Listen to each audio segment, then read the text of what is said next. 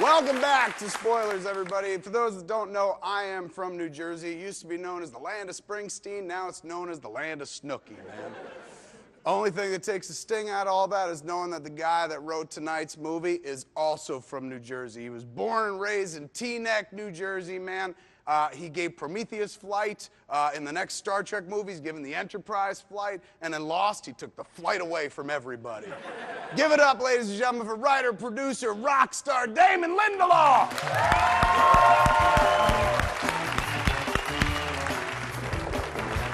Up here.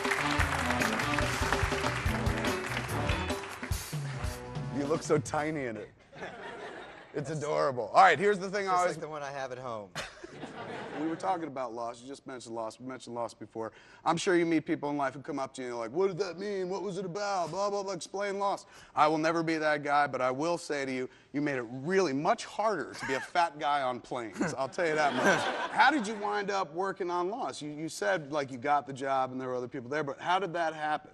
Yeah, I was trying to get a job on Alias because I was obsessed with that show. Really? And, wasn't it a dope show, it was man? awesome. Particularly season 1, when you saw Alias, you were just like, oh my Lord, somebody cracked the code and they put a movie on TV every week. And I was just going on television without pity, and I had all these theories about Rambaldi and et cetera. I just wanted to completely and totally geek out on JJ. So you were a dude on a message board? Yes, that's right. I tried to use the Force for good. It was always just trying to figure stuff out, not hating on stuff. And it was Whedon stuff and JJ stuff that I was completely and totally into, genre TV. So because of the chat room? Yeah. J.J. Abrams like, hey, if you think you could do better, and you're like, I can. No, not remotely. I have a buddy named Heather Caden, and she's an exec at ABC. I've been stalking her, basically get me in a room with JJ any way that you can, so I can convince him to hire me. She calls me up and she says, I've got good news and bad news. The good news is I got you the meeting with JJ. The bad news is it's not about Alias. It's about this stupid pilot that Lloyd Braun, who is the head of ABC, wants to do about a plane that crashes on an island. He wants to do Survivor, the drama series. It's sort of like an inside joke here at ABC. JJ doesn't want to do it, but we've got him here in a huge overall deal. So you get in the room on the auspices of talking about the stupid plane crash show. You impress JJ, he gives you a job on Alias. That was the plan. That was the plan. And I was like, but if I'm going to impress him, I have to have some ideas about the stupid plane crash show. Right. So over the course of the weekend, I started thinking that we could do nonlinear storytelling, flashback-based.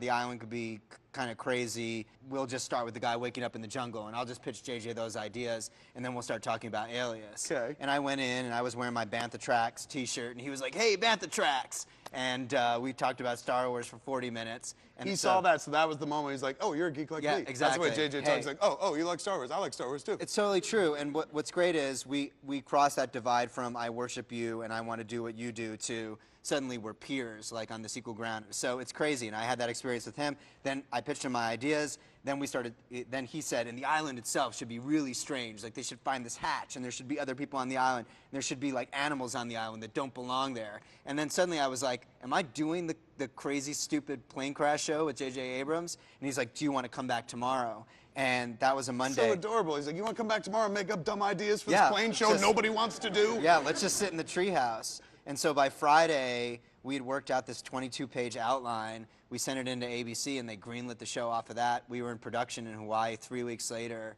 And then 8 weeks after that, we handed them the 2-hour pilot. So we shot a movie, and you know, you do this all the time. But, well, not like that, though. You shot a good movie. Yeah, well, I love your movies. How do you go from Lost to eventually writing Prometheus, working side by side with Ridley Scott? So Lost, we did for 6 years, and during that time, I couldn't do any movies because it's a 70-hour-a-week gig. We did 121 hours of Lost. Ooh. So the first gig that I was up for was the Prometheus job. So Lost ended, I went to Italy and hid for a month.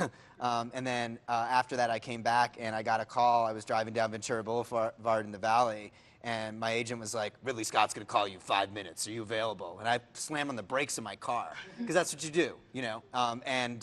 And I pulled over, and Ridley called me, and he was like, hey, dude, I'm sending you a script. Let me know what you think. And I was like, Ridley Scott thinks he knows me. He probably thinks I'm someone else, but I'm just going to roll with this.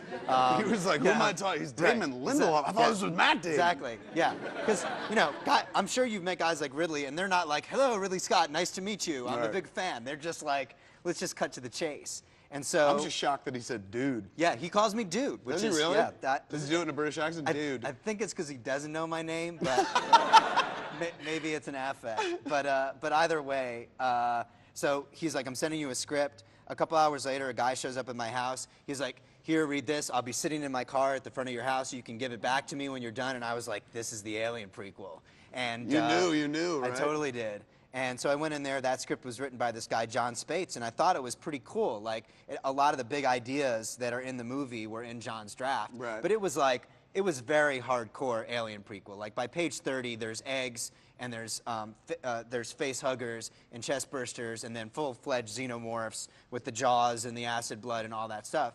And so I essentially, I sent an email to Ridley and his producing team and said, look, I think that the ideas are, we should just change the balance of the movie so that the face hugger and the chest burster and the xenomorph are all basically the epilogue. Like, they're the result, they're not the catalyst for the movie. Right. Like, maybe we can sit with these other ideas bigger. And it's like, is it a prequel or isn't it a prequel became the big fundamental, like, question. And I felt like a prequel essentially is the math adding up to the exact result. So it's like, if this movie ended with, there is a space jockey sitting in that chair with his chest exploded outwards, and he's on LV-426, then that's a prequel. But I'm like, why would I want to go see that movie? Because I already know the ending. Like, Right. I don't want to connect all the dots. So maybe when you see the original Alien, you understand a little bit more, but there's still a number of things that can happen.